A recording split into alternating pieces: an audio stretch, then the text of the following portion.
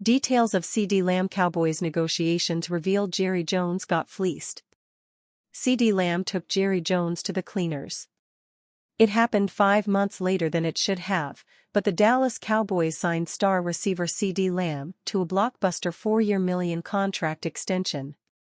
Lamb is now the second highest paid wideout in NFL history in terms of annual average value, $34 million, and guaranteed money, $100 million. Lamb also set the record with a $38 million signing bonus. The All-Pro is now en route to the Cowboys facility to sign his new deal and sit down with Mike McCarthy to finalize the end of his holdout and discuss a ramp-up plan. Lamb's extension is worthy of popping champagne, but he should have been signed a year ago. There's no reason it should have taken this long. Even if Lamb wasn't willing to negotiate last summer, the fact negotiations dragged out until 2 weeks before the Week 1 is, to put it frankly, embarrassing. There's no doubt that Lamb drove a hard bargain, but the details of his negotiation show that an agreement should have been reached forever ago. They also reveal just how bad Jones got played at the negotiation table. Contract negotiations prove Cowboys should have signed CeeDee Lamb ages ago. According to NFL Network's Jane Slater, the Cowboys were reluctant to budge from their $32.5 million per year offer before eventually raising it to $33 million. A source told Slater that Lamb and his cap have been at $34 million annually, forever. Some more details on the CeeDee Lamb deal, according to a source informed. Two sides off and on in recent weeks. Started really getting steam Saturday.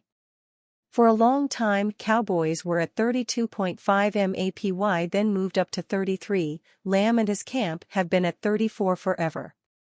In the end this just in, Jerry Jones has lost another negotiation. In the end, Jones always caves to his superstar's demands. It happened with Ezekiel Elliott in 2019 when he gave Elliott the then largest contract ever for a running back. Ever stubborn, Jones also lost out to Dak Prescott, who got $40 million per year after playing under the franchise tag in 2020. That Lamb reportedly wanted $34 million for forever makes it so much more pathetic that it took until August 26 for a deal to get done. It was easy to project Lamb's extension after Justin Jefferson got $35 million. Lamb was always going to want close to top-of-the-market money. While nobody expected Lamb to get more than Jefferson, logic said number 88's demand would check in right below the Vikings star. $100 million guaranteed is $10 million less than Jefferson and $16 million more than the next receiver. At the end of the day, all that matters is that Lamb is signed through 2028. He didn't have to participate in every practice of camp and he wouldn't have played in preseason.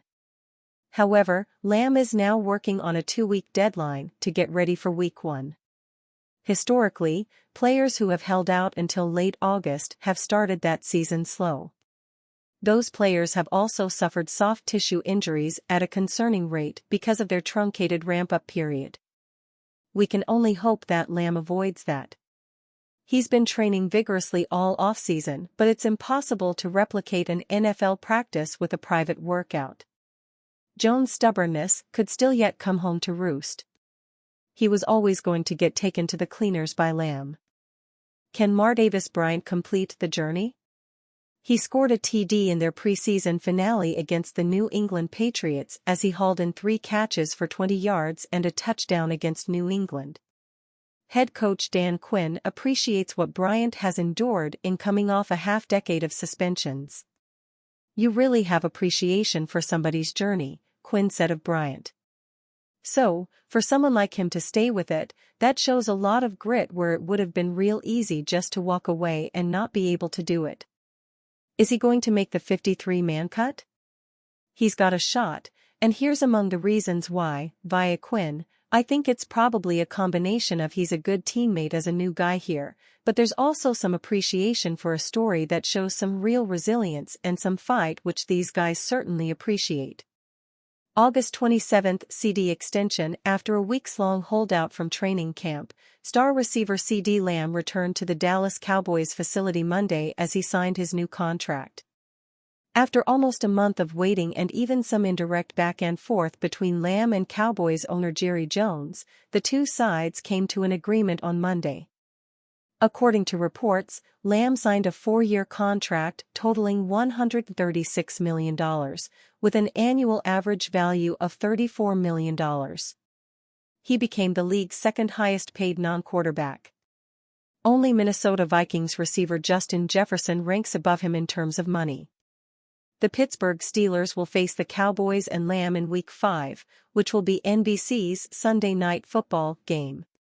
Steelers eyeing trades for WR's Patrick and Mechie 3? August 26 touchdown. The road back to the NFL was long for former Pittsburgh Steelers receiver Martavis Bryant. The now current Washington Commander had his once promising career sidelined as he served a 6-year suspension due to multiple infractions of the NFL's policy on drug use. However, despite the long layoff, he is still trying to make an NFL comeback. This led to Bryant's first highlight during Sunday's 20-12 Commanders' preseason win over the New England Patriots, where he found the end zone for the first time since being reinstated. The 4-yard touchdown reception was Bryant's first since December 17, 2017, when, ironically, he totaled 59 yards and a touchdown on 4 receptions as a member of the Steelers versus the Patriots. August 25 Chase is back? With the NFL's preseason wrapped up for all but 6 teams, attention is turning toward the upcoming roster cut-down day and preparations for the regular season opener. However, for others, like Cincinnati Bengals star receiver Ja'Marr Chase, it is time to return to work. The former first-round pick has been a holdout from Bengals training camp as he awaits a contract extension. Despite not having one yet, he finally returned to the practice field as a participant Sunday, according to NFL.com's Tom Pelissero.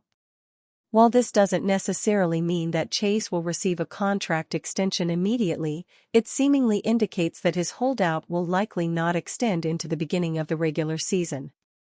August 23 kicker trade-in. What may not ultimately go down as a surprising move, the Pittsburgh Steelers' rival Cleveland Browns pulled off a trade Thursday.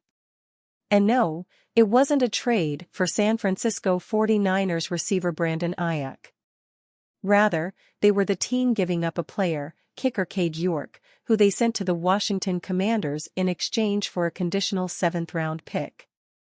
With the NFL's roster cut-down day looming, teams are expected to begin making roster moves, even including trades, as they trim down to the 53-man limit.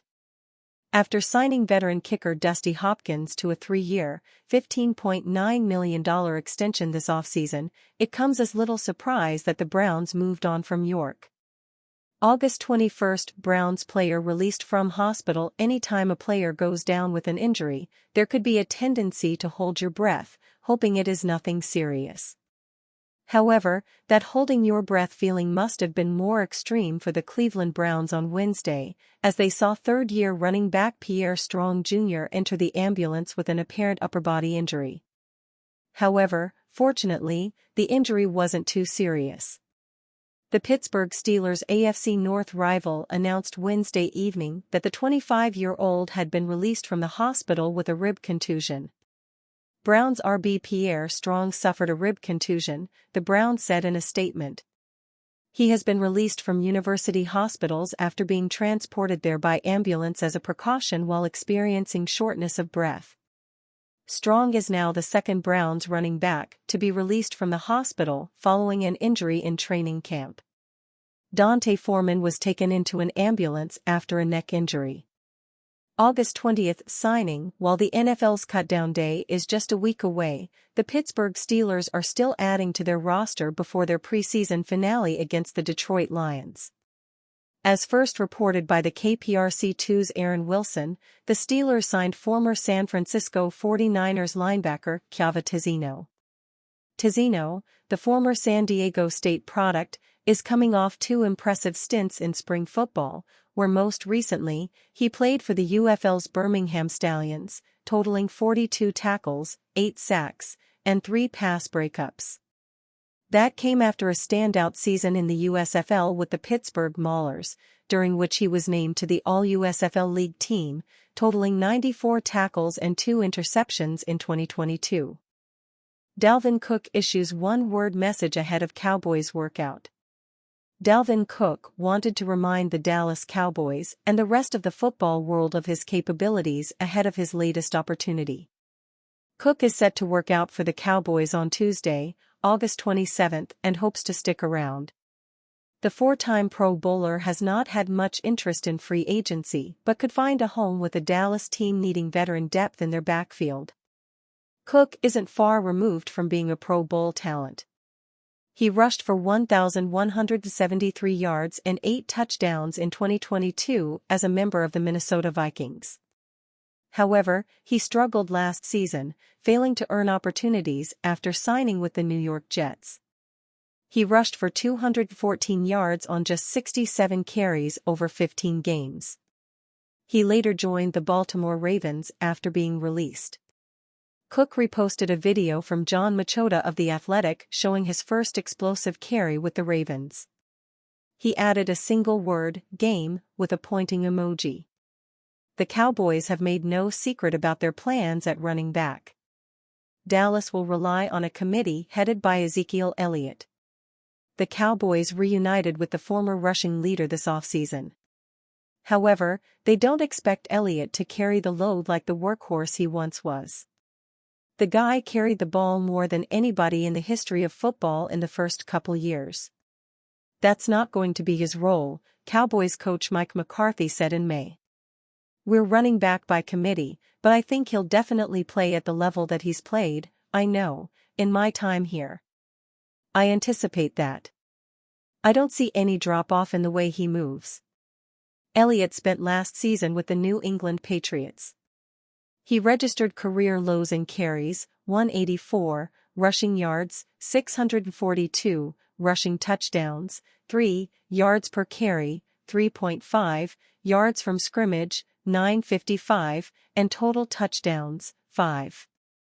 Now back in Dallas, Elliott is set on winning a Super Bowl with the team that drafted him number 4 overall in 2016. "I think we all know what I'm looking to accomplish before it's all said and done, so there's no reason to say it," Elliott said, alluding to his Super Bowl hopes. "We're gonna take this thing day by day, and focus on getting better, one practice at a time." Cowboys face decision with Deuce Vaughn. Rico Dowdle, Malik Davis, Royce Freeman, and second-year back Deuce Vaughn are other faces in the Cowboys' running backs room. The Cowboys have some tough decisions to make as they trim their roster to 53 players. Vaughn is among the players they'll have to evaluate closely. Vaughn notched 87 rushing yards in his preseason action and showed off his playmaking ability. The 5'6" back averaged 6.2 yards per carry and could be an interesting weapon for the Cowboys. He's patiently awaiting a decision on his fate. "I feel like I've done everything I can do as far as the hard work and the preparation," Vaughn said on August 24. "Doing everything I can to put my best foot forward. It's in God's hands. These next few days, I'll be with my family and be thankful." The Cowboys opened their regular season against the Cleveland Browns on September 8.